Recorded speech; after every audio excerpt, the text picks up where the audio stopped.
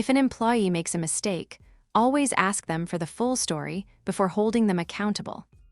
You would think this is basic management, but after a decade in the workforce, I've seen it's often overlooked. A common scenario: a VP gets criticized for something that went wrong. They then vent their frustration on a middle-level manager, assuming the worst about the employee responsible.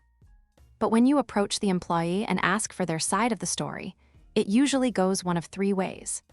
First, the employee might immediately admit their mistake and explain their attempts to fix it or raise the alarm, which the bosses weren't aware of.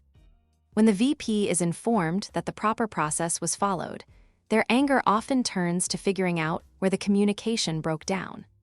Second, the employee might be genuinely confused about why they shouldn't have done something. If they're a bad employee, this is where they might confess to other mistakes, giving HR all the information they need depending on the issue.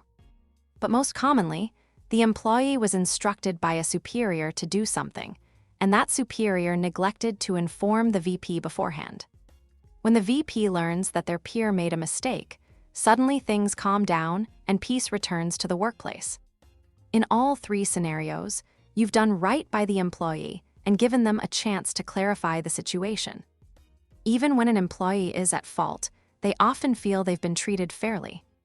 But if you skip this respect and rush to scold the employee, you'll likely earn a grudge that they'll hold onto as long as they work there.